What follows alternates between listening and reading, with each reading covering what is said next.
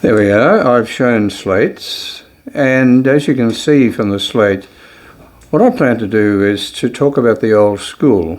Now, there'll be very few people around who still remember the old school. Let me see, if you were born in, now let me see, if you were, that's 57, and if you started school in 57, 52, okay, people who were born from about 1949 on, who are still alive, would probably remember the old school, but very soon the old school will be a distant memory. It's probably not particularly important, but what I thought I would do is to describe the old school from 2 points of view. First of all, the physical setup. That's what I will do in this particular video.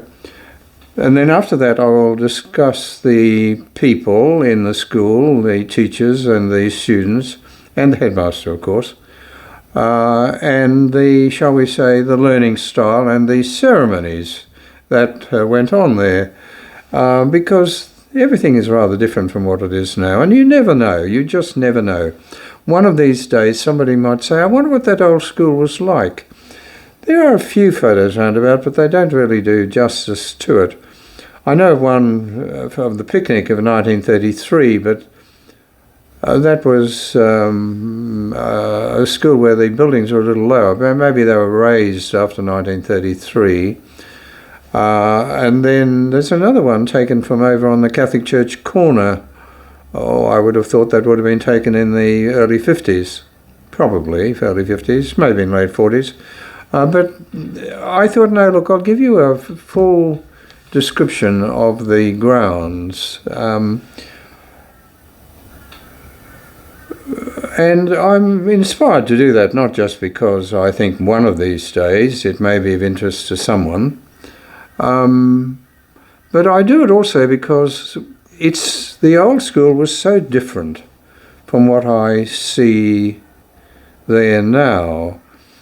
A couple of years ago, I don't know how many years ago now, but not all that long ago, maybe 10 years ago, something like that, I was, as I've mentioned before, I've lived for the last 23 years, or most of the last 23 years in China. And I was returning to Australia fairly regularly, and at one stage I decided to go to Charleville, and I was thinking about the school, and I mean, I knew that the old school had burnt down almost totally in 1957. But I began wondering, as we old people do, we sort of think, is there anything of our past still existing? And I did wonder whether or not there were any hints at all of the old school left in the new schoolyard. And so I thought, well, I'd like to go and have a look. And I got two surprises, really. I wrote a short but polite letter to the headmaster of the day and indicated that I was an old student of the school. I indicated no more, but just said I was an old student of the school, and I understood that if you ventured into a schoolyard these days without reporting first of all to the office, that the cops would probably be called. And so I wrote and said, would he mind if I called in and at some stage, maybe I specified a Saturday or a Sunday, and just had a look around to see if there was any hint of the old school there. Well, I received no reply. That was the first surprise I got. Anyway, as I was about to come down to Australia and about to go to Charleville, I had to contact him again because I thought, well, I do want to have a look, but I've had no acknowledgement or even reply to my letter. So I contacted him again and said, look, I did write to you and I did ask, and, would you mind if I came in one Saturday, Sunday and had a look around? Oh, yeah, okay. Oh, I thought, times have changed. Anyway, along I went, and I had a look around. I was greatly surprised, you see, because when I got there and had a look at the new school, I discovered that about half of the school ground was taken up with buildings. Now, I don't know what the enrolment of the school is in these days, but I dare say it's not all that much greater than it was in the early 50s. I don't know. I suppose I could check easily enough and see what the enrolment is, but anyway, there were buildings, more buildings, for roughly the same number of students, I would have thought, or maybe perhaps for more, even fewer students. I was absolutely amazed. Buildings. I couldn't get over it. Of course, I was left with the impression that somebody had a lot of money to spend that had to be spent. I also assumed there was money that had to be spent for political purposes. Let's build and give the impression that we're doing something. And let's build and give the impression we're providing quality education. A load of bullshit, of course. But nevertheless, I think governments had the idea that as long as they spent on buildings, which was a good thing, you provided employment and it showed they were committed to quality, as they call it, quality education. Oh dear, it's fairly hollow in my view. But nevertheless, I couldn't get over how a whole half of the grounds almost were taken up with buildings. But of course, there's a new style in education these days, a new way of teaching, and very different from in the old school. And that's why I think, I'll show you what the old school was like.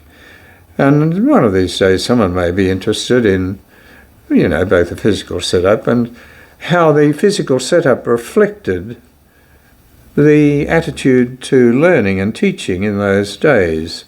So here we are. Now, I've done a map, roughly. I haven't got a big production team here. Now, there's the map. Now, you can see streets. You can see Watson Street, and you can see Wool Street, and you can see Parish Street, and you can see the school yard has been divided into 4 sections. One of them actually contains colour, and that coloured section is the section that contained the buildings. And as you can see, the buildings are opposite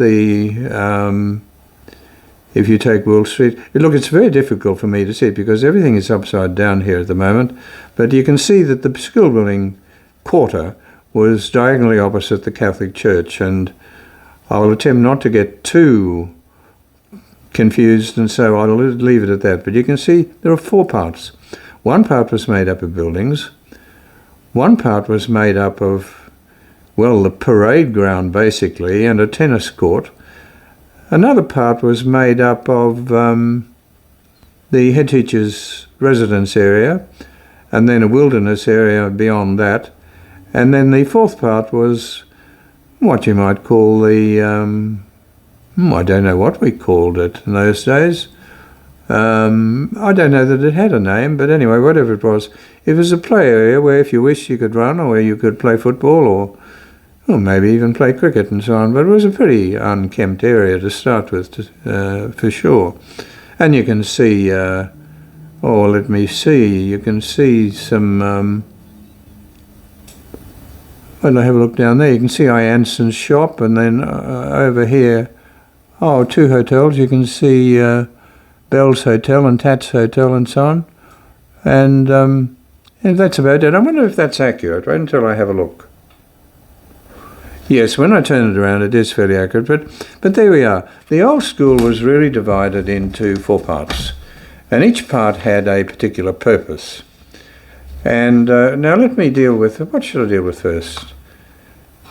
I'll deal with the general areas first, right until I have a look. Now, the first part that I will deal with will be this part here. That's on the corner of Wills and Parish Street. And as you can see, there's a rectangle there. That's the tennis court. And then these are really, this is the headmaster's taking the parade stand, and these are lines of students lined up to hear his command. I'll deal with that one first of all. That had no buildings in it at all. It had, in one corner, the corner of Wills and Parish Street, there was a tennis court there. Not well used, but we used to go up from time to time, and you'd have to go and knock on old Borley's door on Saturday or Sunday and ask for the key.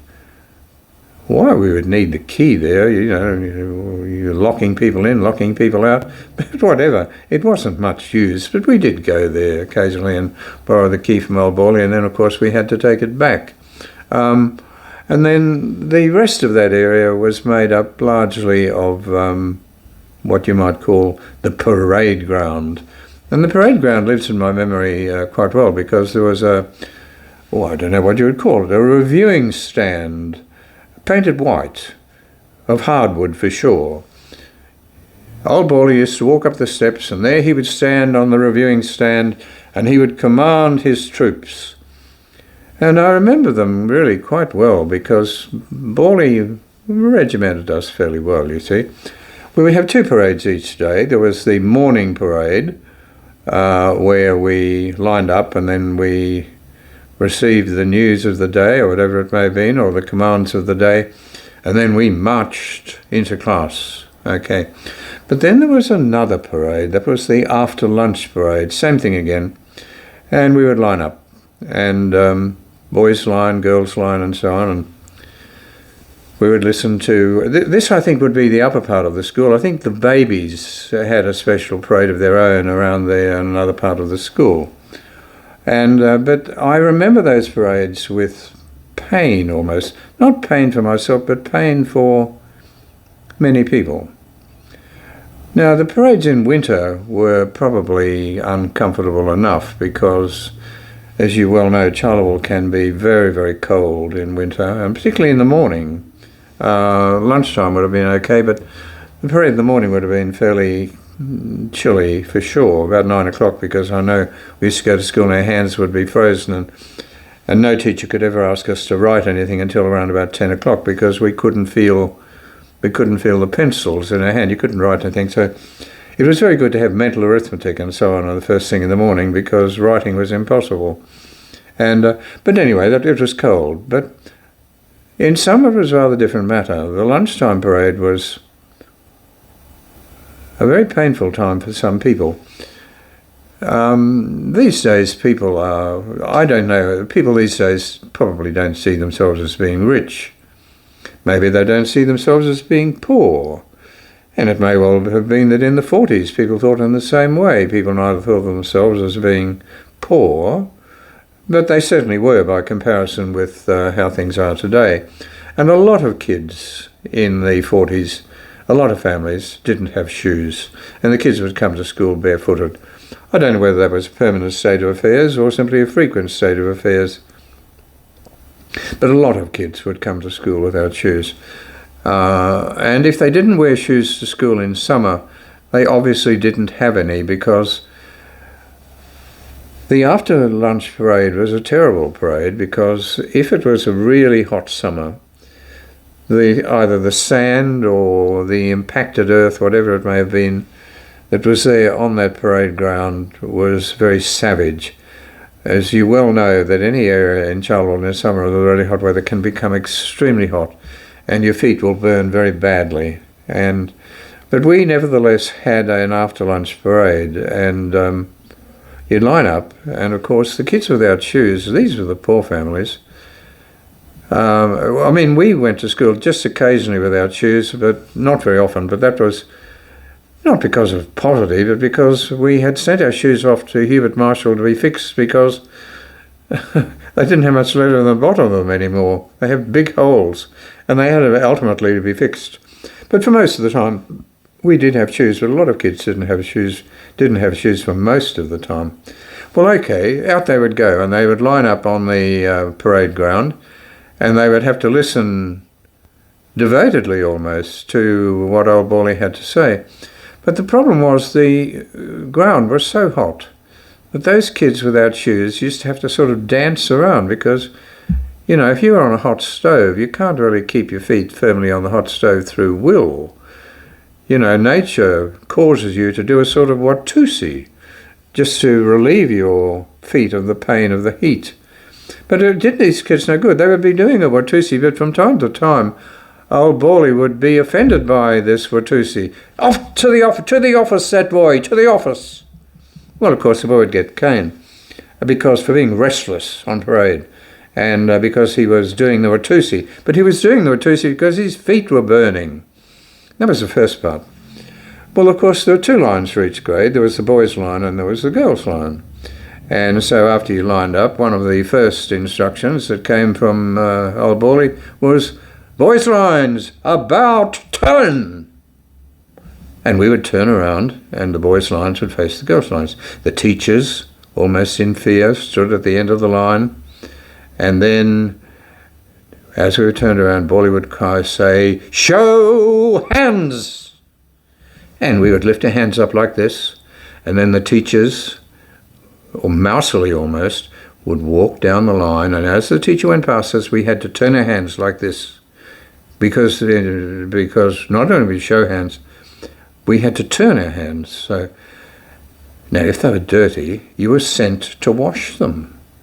Well, this was all in the interest of hygiene, I think, but nevertheless, if you were sent to under the house to wash your hands because you had dared to come and get ready for class with dirty hands, to the office, that boy, to the office. Well, you get caned again, you see. It was a way of ensuring hygiene, I think. So those parades were terrible affairs. And, I can think well of Old Borley from some points of view, although I have many stories to tell. But I really was not impressed by that was sort of, how can you be so insensitive both to the physical pain that people suffer on those hot parade grounds when you're without shoes? The kids who suffered were the kids who were poor. I dare say the children of the elite were probably in well-leathered shoes. They had no fear of to the office, that boy. But the poor kids, they didn't come off very well at all, and so on. Anyway, that was that quarter of the school. There was a little space there towards the end, towards the back of that quarter, where there were a couple of basketball courts, with lines that were etched in the hard dirt. There were no line marking or anything like that. They were sort of etched in through use. And anyway, that was the first quarter. Let me move to the second quarter. The second quarter was the quarter that contained the headmaster's house.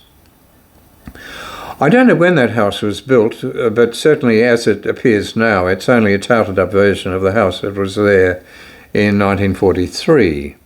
When it was built, I don't know. I know that there was a tender called in 1882 for the construction of a headmaster's house, but I doubt very much whether the house of 1882 and 1883 was a palace or any kind. Was probably something, at ground level.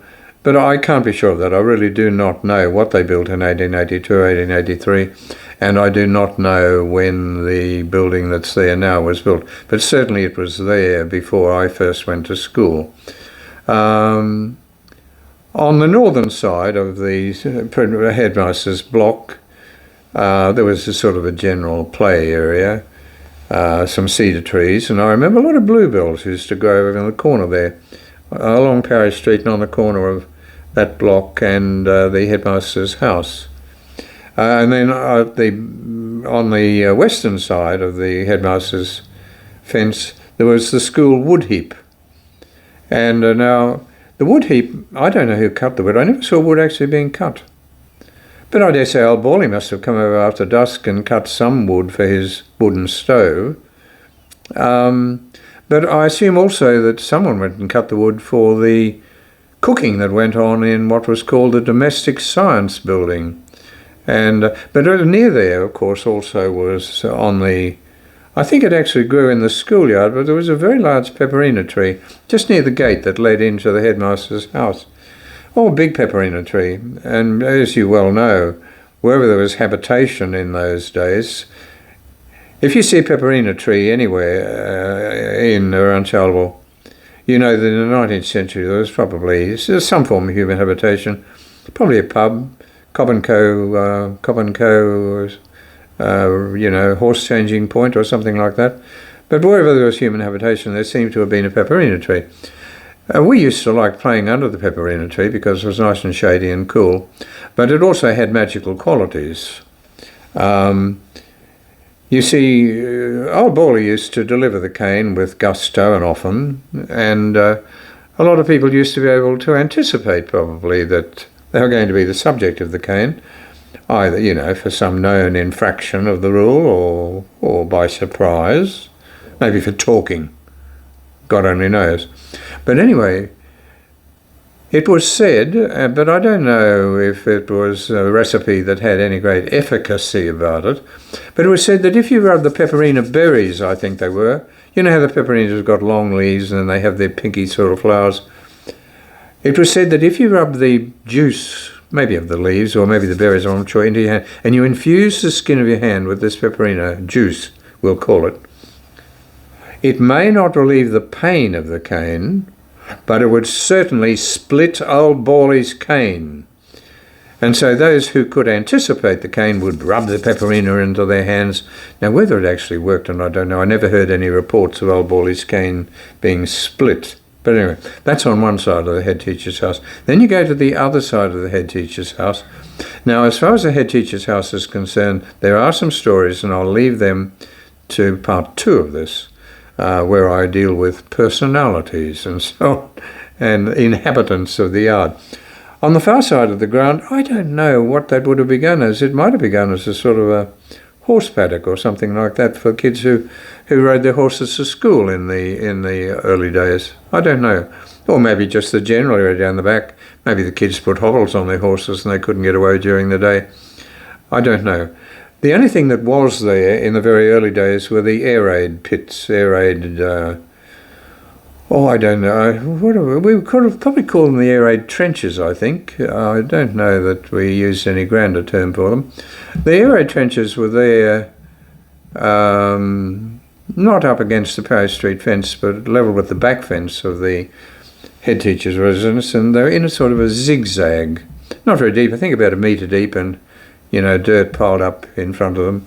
And I think they're in zigzag because I think if you do trench warfare, and I give you this advice, if ever you're involved in trench warfare, you don't just dig a straight line, you always dig a sort of a zigzag. And in the same way, the trenches were zigzaggy. And this was in case during school hours, the Japanese should attempt a raid and drop bombs on us.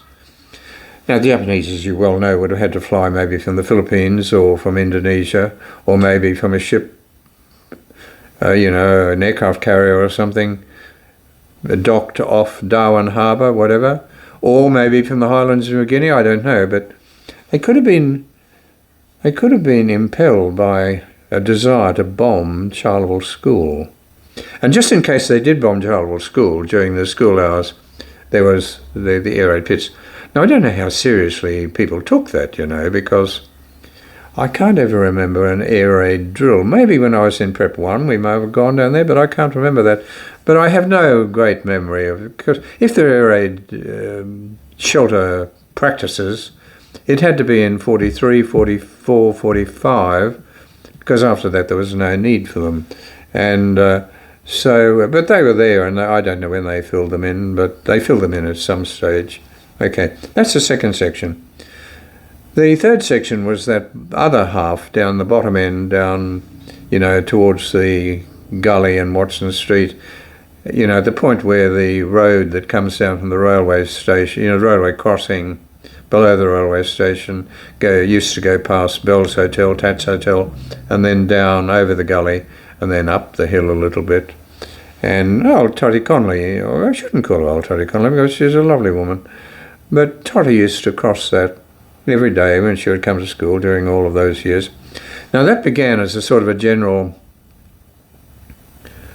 or we'll call it general is certainly the term, general recreation area. It wasn't developed much. I know there was a cement cricket pitch in the middle of it, and I think there may have been a couple of football posts, but I couldn't square to that.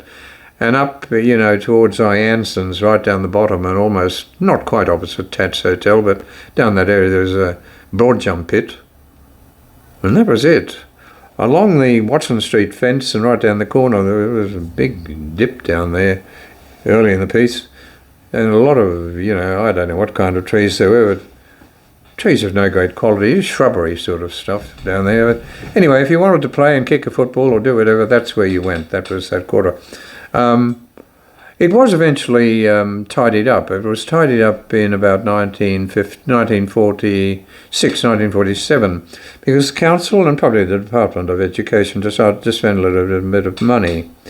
After the war, there was quite a bit of sort of excess army equipment about, and a fellow called Ronnie Eames bought a bulldozer.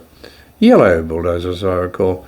Now, if you have a bulldozer, well, what are you going to use it for? You're going to knock something down. And, well, he did knock things down and paid to knock things down, but he was paid, though, also to come into the school grounds. And he levelled all of that playground area out, and all of that rubbish stuff that was growing along the Watson Street fence, that all went. And he did a little bit of scoop down from the platform that the buildings were built on.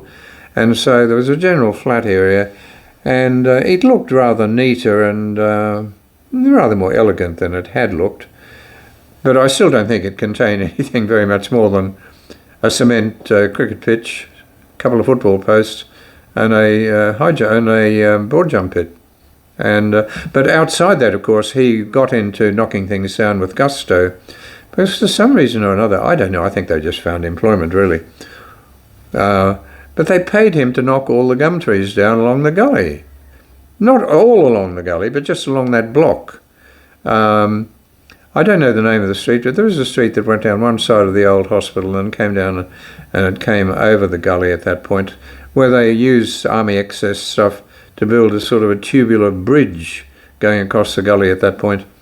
And he knocked all of the gum trees down, starting from the crossing of the gully near the school, all the way down to that bridge that they built. And, these were beautiful gum trees. It was said that it was to somehow or another improve the flow of the water or something. I don't really know. But they must have been worried about the flow of the water only in that particular block, because they didn't knock anything down beyond that. And as you well know, once you get over that little bridge that's still there, I think, and follow it all the way along, down around the cemetery, they used to be very beautiful trees in those days, but they're not so beautiful the last time I saw them, because they used slashes along the bank to slash. Well, of course, there's no regrowth, and the trees have become rather aged. But anyway, that was knocked down outside, and it was a very great pity, I think. But nevertheless, we benefited by at least smoothing out that playground area. Now, what have I dealt with? I've dealt with 3 of the 4 areas. Now, the 4th area was the school building area. Now, I've got a map here, because when the school began, it began just with 2 rooms. And there was some controversy, about the location of the school early in the piece. The controversy was this. It was felt by some, as there always are some who feel, people always have feelings, when a decision is to be made.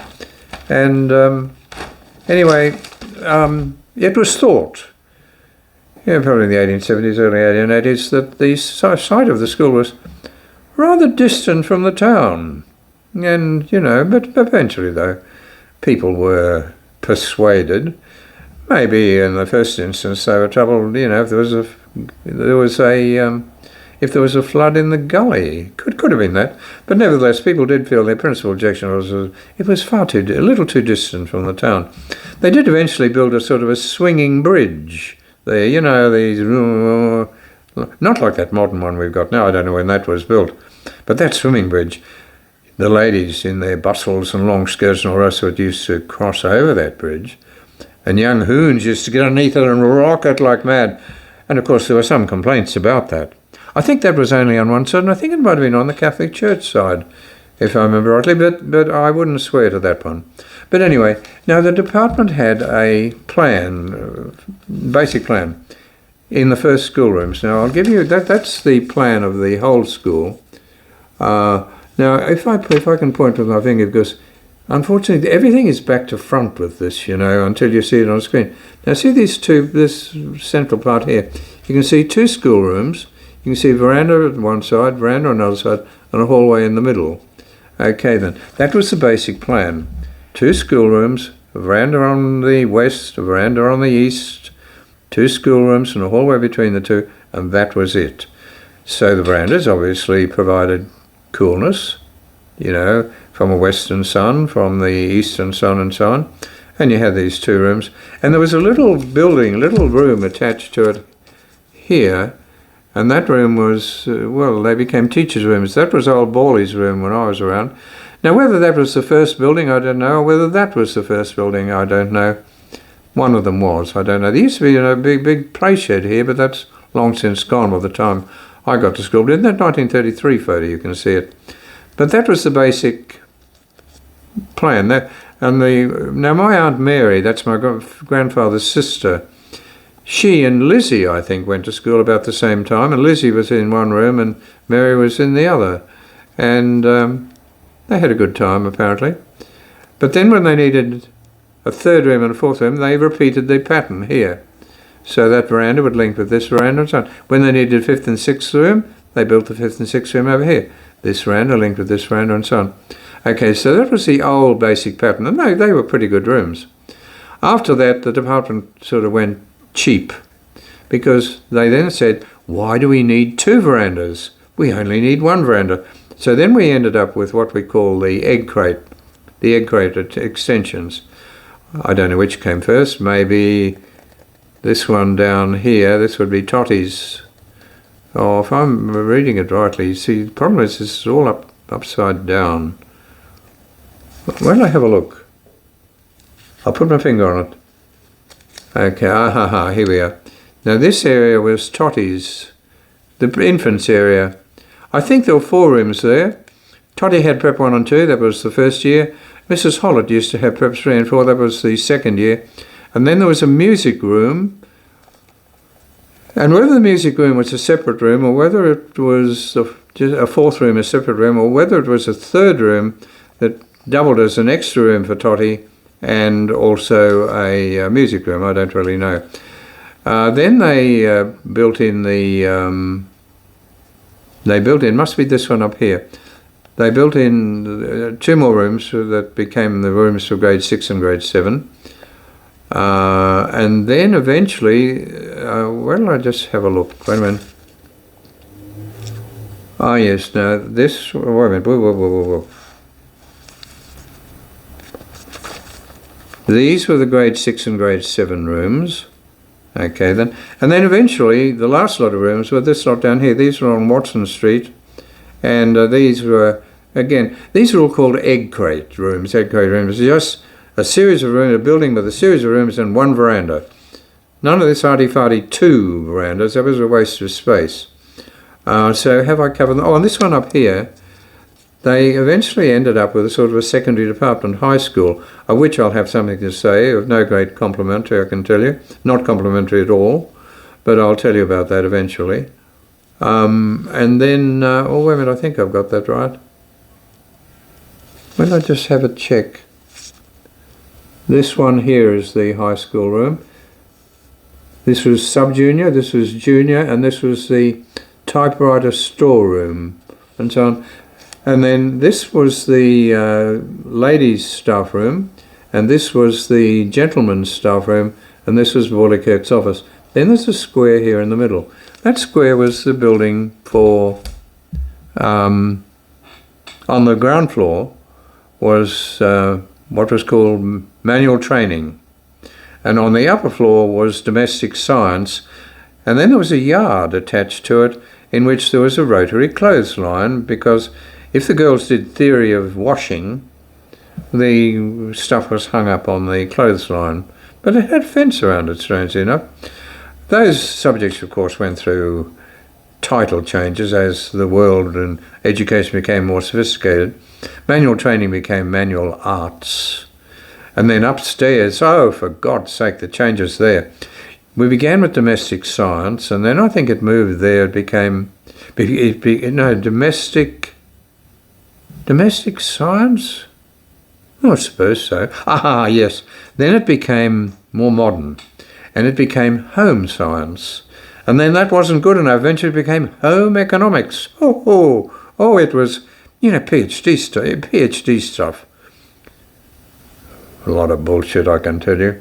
I remember, I used to look at the exam papers for home economics, and I used to see that the girls, this is in high school, mind you, the girls had to be master or mistresses, whatever, of the theory of washing up. Oh, well, I thought could be beyond me. But anyway, confidentially, I once said to a home economics teacher, can you tell me about the theory of washing up? Because it seems terribly important. It's always on the exam papers. It's an absolute must know. Well, I discovered about the theory of washing up, and many of you may not know it, because maybe you didn't do home economics or whatever at school. But I can tell you, I'll let you in on the secret. The theory of washing up. You use hot water and you use some sort of soap or detergent. First thing you wash are the glasses. Second thing you wash is the cutlery. The third thing you wash is the crockery. And the fourth thing you wash are the dirty pots and pans. You've got it. PhD for you if you can master that. Maybe hard to get into your head, but nevertheless, that was part of the essential of home economics and home science. And I don't know about domestic science. I think they took it for granted that girls knew to do that. Okay. And so that was the general, layout of the yard. Now, the yard also had some trees in it. When old Borley retired in early 1952, I think about March 1952 he retired. About then. He must have been 65. And he'd been there since 1935. It was said that he had a bad chest, and the dry climate of Charleville suited him very well. And so he was there for, all the time, virtually all the time. Prep 1, Prep 2, Grade 1, right through to Grade 7, as it was only Grade 7 in primary school in those days. Then he went on to sub-junior and junior, you see. But anyway, when he retired, the New Charleville Times or someone made a speech about him and said some nice things about him.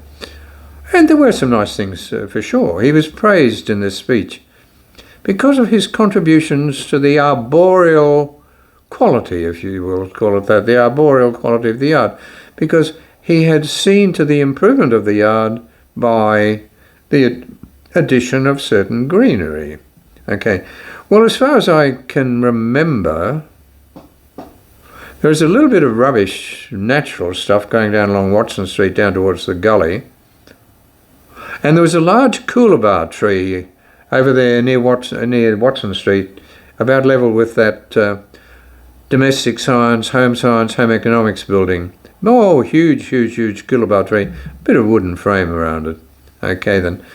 What else was there? Oh, there quite a number of cedar trees were grown there, but I don't know that Borley took credit for those.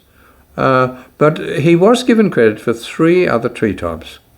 The first ones were the Currajong trees, and if you look, and probably they're still there, if you look along the fence border, where Parry Street meets Wool Street, you should still see some Currajong trees there, since there were Currajong trees there in the 1950s, and I imagine they're probably still there.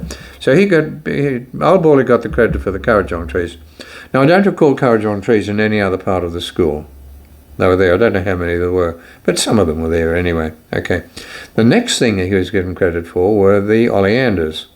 Now, we had a lot of oleanders all around the tennis court, and we had oleanders, around that high school section. And then there were oleanders over there near the, it was the grade, I don't know what, grade 5, grade 6 or something like that. We used to make the ink. And we'd say, can we make the ink? And we'd get the ink powder and we'd get a bottle and we'd go down and we'd get under the oleanders. It was near the men's staff room there. The oleanders were quite big by that time, and we used to get, very cool. We used to have gutters and so on, and the water was hot. Oh, it was good. If you could make the ink, you'd won the casket. Oh, excuse me. And then, there must have been some oleanders elsewhere, and quite a number of cedar trees, of course. There was a cedar tree in the corner opposite the Catholic Church. We used to sit there because that's the one I told you about, where the kids from the convent used to go past, and we'd, convent slobs sitting on logs, eating bellies out of frogs.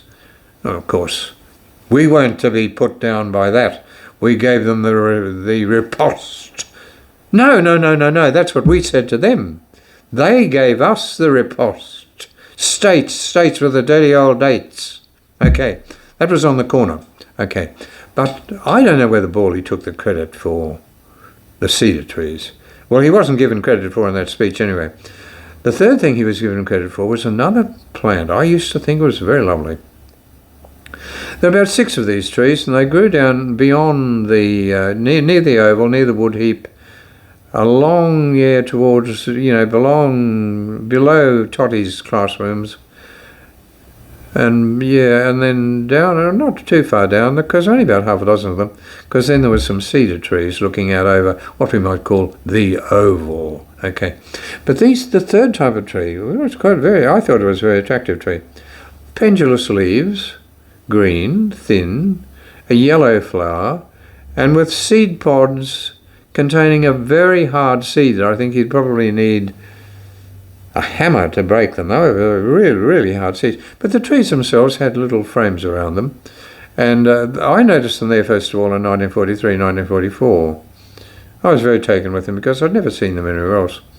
And I thought them very attractive trees. Now, they must all have been destroyed when the fire burnt down the school in 1957. November 1957 was the big fire, but I'll tell you more about that later on. Anyway, I thought these trees were very lovely, but I never knew the name of them. But years later, when I thought about it, I thought, I wonder what those trees were called, because they're certainly very lovely trees. Anyway, eventually I did find the name of the trees, and I found that the trees were called Parkinsonias. Oh, I thought, isn't that nice? Very lovely. I like those trees very much. Wonder if I can get some Parkinsonias somewhere. Can I recommend to people to grow Parkinsonias? Well, it's just as well I didn't, because I discovered that at some point, while in 1952 old Borley was praised for his introduction of the Parkinsonias, it couldn't have been too many years after that the Parkinsonias became a terrible pest. Whether they became a terrible pest around Charleville or not, I don't know.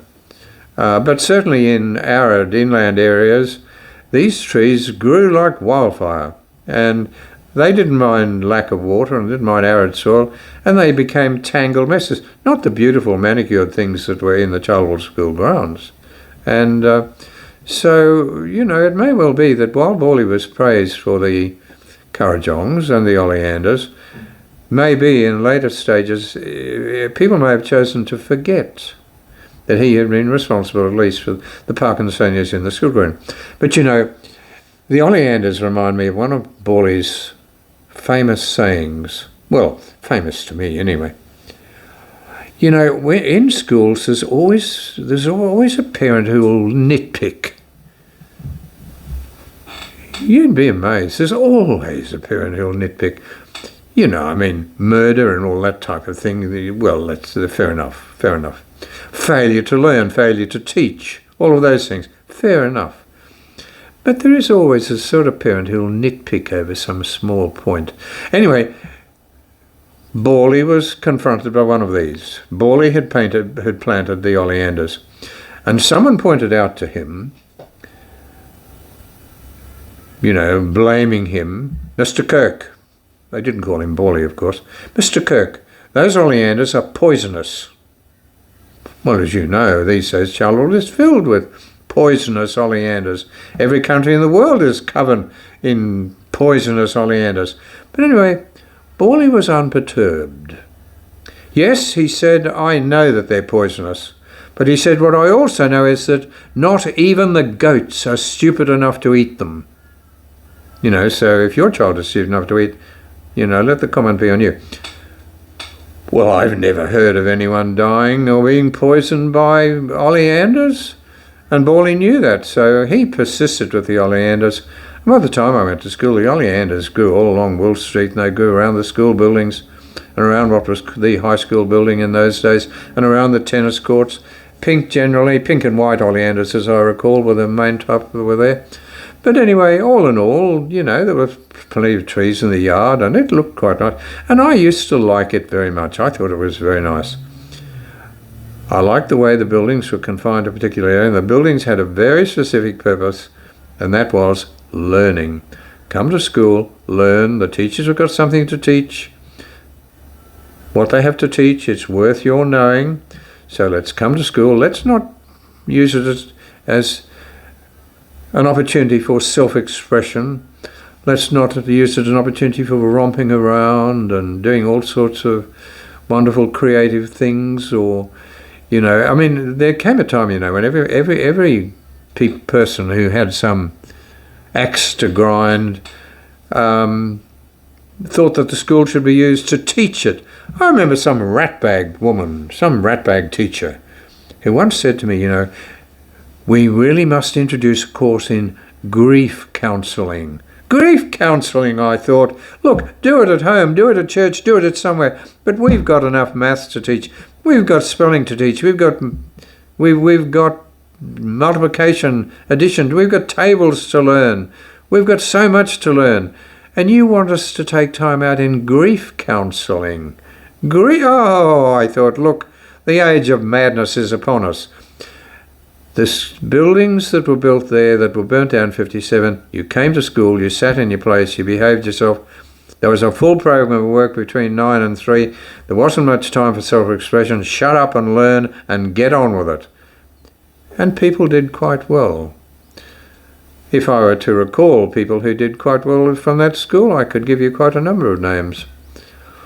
Whether that's true now or not, I really do not know. But I watched some young relatives of mine, and I watched them at school, and I can't see them learning very much. They're there, but they seem to be playing and talking and being creative, and they don't know their spelling, and they don't know their tables. And I think, what on earth do they do? They could learn that much, but they actually taught this much. The rest of the time they're discussing. That wasn't the style of the buildings in the 1940s or 1890s or 1900s or whatever it may have been. You came to school to learn, and everything was set up to learn. So come to school, maybe in 50 of you, but you had a reading book, you chanted your tables, you chanted your spelling, and you got on with it. And of course you had pens and ink and slates and all of that sort of thing. There were no biros or anything like that. And you had to be very careful with paper because, pads that we had to buy. Fortunately, when you're in grade 1 and 2, you had the slates. But when you got into grade 1, you left slates behind and you had to buy writing pads. And that was always a bit of a problem because, we felt always embarrassed to tell our mother that, look, can I buy a new pad? Because a new pad costs money and... you had to make sure you used all of that space as well as you could because, people were not rich and these weren't sort of throwaway things in those days. But the yard had a very utilitarian purpose. First quarter of the yard were the buildings and get in and learn. Second quarter of the yard, a little bit of recreation. Third quarter of the yard, you keep your horses and the headmaster. And the last part of the yard, if you felt like kicking a football or something like that, you could go down and do it. And that was it. Okay, that's how the yard was. That's fitted the philosophy of the time as far as who filled those rooms, who taught in those rooms, and who commanded those people, Borley and his wife Agnes, of whom I have some stories. More will be told later.